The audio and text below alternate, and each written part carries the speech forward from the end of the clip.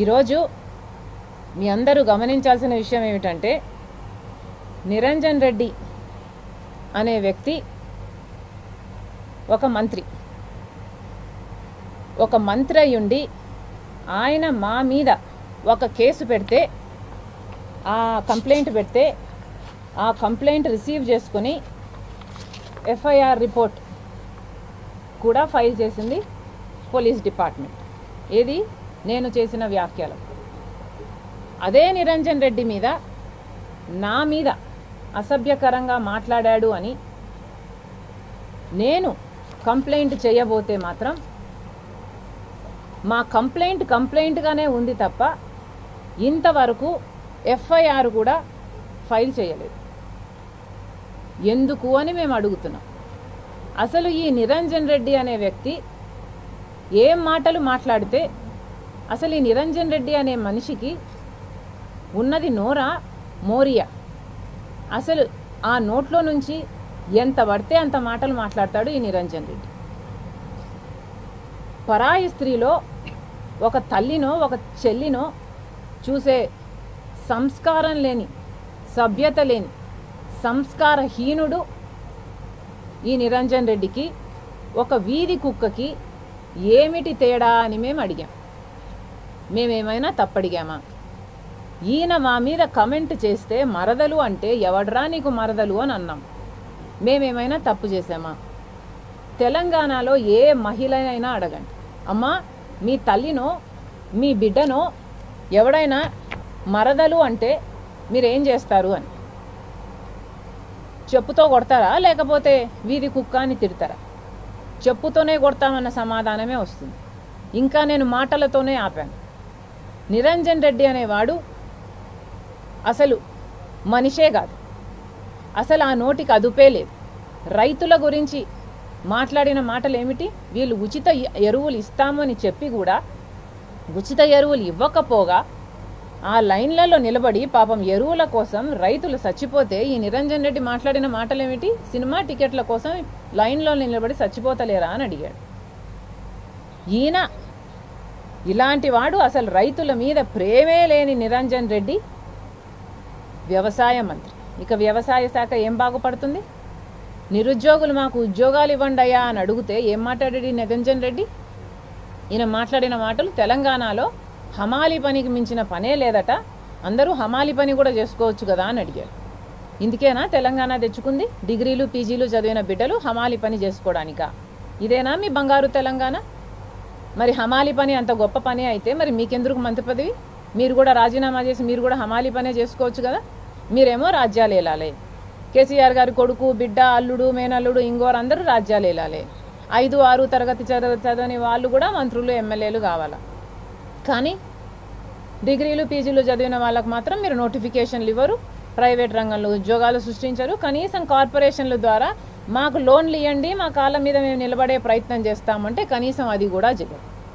వీళ్ళ మంత్రులు, వీళ్ళ నాయకులు. ఇలాంటి నిరంజన్ రెడ్డి మీద నా మీద కేసు వేశారు కాబట్టి నా మీద నిరంజన్ రెడ్డి కేసు వేయడం జరిగింది. దానికి ఎఫ్ఐఆర్ ఇవ్వడం కూడా జరిగింది. మరి నా మీద కేసు వేసిన తర్వాత కూడా, ఎఫ్ఐఆర్ ఇచ్చిన తర్వాత కూడా నేను రియాక్ట్ అయ్యి నన్ను మరదలు అన్నాడని నేను కేసు వేయబోతే ఈ కేసుకు అసలు ఈ కంప్లైంట్కి అసలు ఎఫ్ఐఆరే ఫైల్ చేసుకోవాలంటున్నారు పోలీసులు. ఎందుకని? ఎస్పీ అయినా, ఎస్ఐ అయినా, సిఐ అయినా, డిఎస్పీ అయినా ఎవరి దగ్గరికి వెళ్ళినా కూడా అసలు ఈ కంప్లైంట్కి అసలు ఎఫ్ఐఆరే ఫైల్ చేసుకోమంటున్నారు అంటే ఇంక ఇది ప్రజాస్వామ్యం ఎలా అవుతుంది? ఎందుకని? మంత్రి అని కదా. అంటే ఒక మంత్రి మీద కేసు వేయకూడదా? ఒక మహిళను అవమానిస్తే, నా ఆత్మాభిమానాన్ని దెబ్బతీస్తే, ఒక మహిళని అవమానిస్తే నేను కళ్ళు మూసుకొని, నేను చెవులు మూసుకొని దిగమింగుకొని అలాగే బతకాలనా? అంటే మహిళలకు హక్కులు లేవా? అంటే మహిళలు మనుషులు గారా? సగభాగం కాదా పాపులేషన్లో? ఏం చెప్పదలుచుకున్నారు మీరు? ఒక మంత్రి మీద కేసు వేయబోతే మీరు అసలు ఎఫ్ఐఆరే ఫైల్ చేసుకోరా? గత ఎన్ని రోజులుగా మేము ప్రయత్నిస్తూనే ఉన్నాం. ఇప్పటికి 5-6 రోజులైందా, వారం రోజులైందా?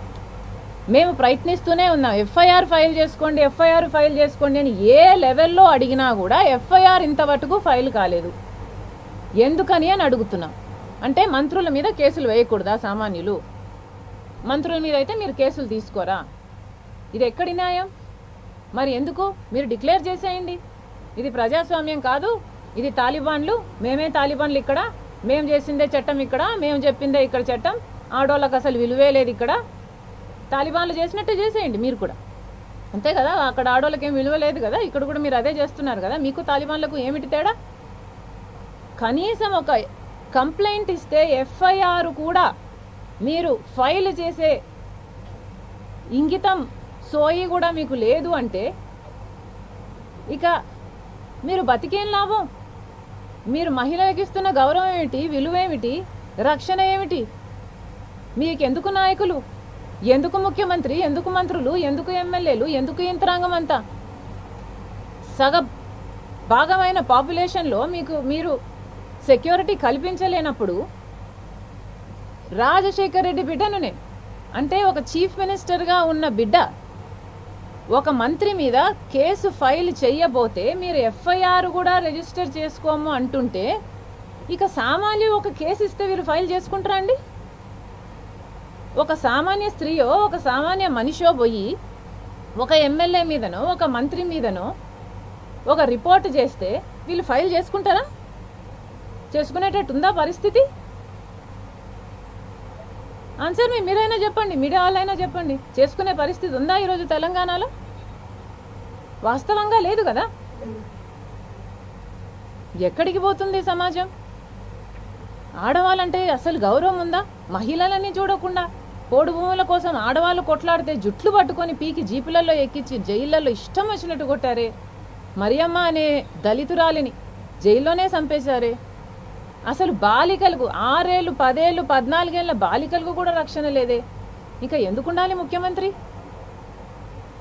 ఎందుకు ఈ యంత్రాంగం అంతా? ఎందుకు మీరంతా? అసలు మహిళ అనే గౌరవం లేకుండా ఒక మంత్రి స్థాయిలో ఉన్న వ్యక్తి మరదలు అంటే ఒక కేసు ఫైల్ చేయకూడదా? చేసే వీలు లేదా మన ప్రజాస్వామ్య దేశంలో? కేసీఆర్ గారు యాక్షన్ తీసుకోగలరా? ఏం చెప్పాడు కేసీఆర్ గారు ఉద్యమం అప్పుడు? మహిళలు కళ్ళెత్తి చూస్తే తోలు తీస్తా, గుడ్లు పీక్తా అన్నాడు కదా. మరి ఉందా కేసీఆర్కి ఆ దమ్ము? ఈ మంత్రిని బర్తరఫ్ చేసే దమ్ముందా? కేటీఆర్ గారు ఏమన్నారు? వ్రతాలు చేసుకోమన్నాడు. అంటే మహిళలు వ్రతాలు చేసుకుంటే మీకు అంత చీప్ అయిపోయిందా? అంత నిష్టగా మహిళలు వ్రతాలు చేసుకుంటే ఇంకొక మహిళ మంగళవారం మేము నిరుద్యోగుల కోసం నిరాహార దీక్ష చేస్తాము అంటే హేళన చేస్తారా? దమ్ముందా మీకు? కేటీఆర్ మీద యాక్షన్ తీసుకునే దమ్ముందా? హాయ్ ఫ్రెండ్స్, మా టుడే టుమారో యూట్యూబ్ ఛానల్ చూస్తున్నందుకు చాలా థ్యాంక్స్. మరిన్ని లేటెస్ట్ వీడియోస్ కోసం వెంటనే సబ్స్క్రైబ్ చేయండి. అలాగే ఈ బెల్ ని కూడా రింగ్ చేసేయండి. మా నోటిఫికేషన్స్ అన్ని మీ మొబైల్లో వస్తాయి. అలాగే మా వీడియోస్ మీకు నచ్చితే లైక్ చేయండి, షేర్ చేయండి, నచ్చకపోతే కామెంట్ చేయండి.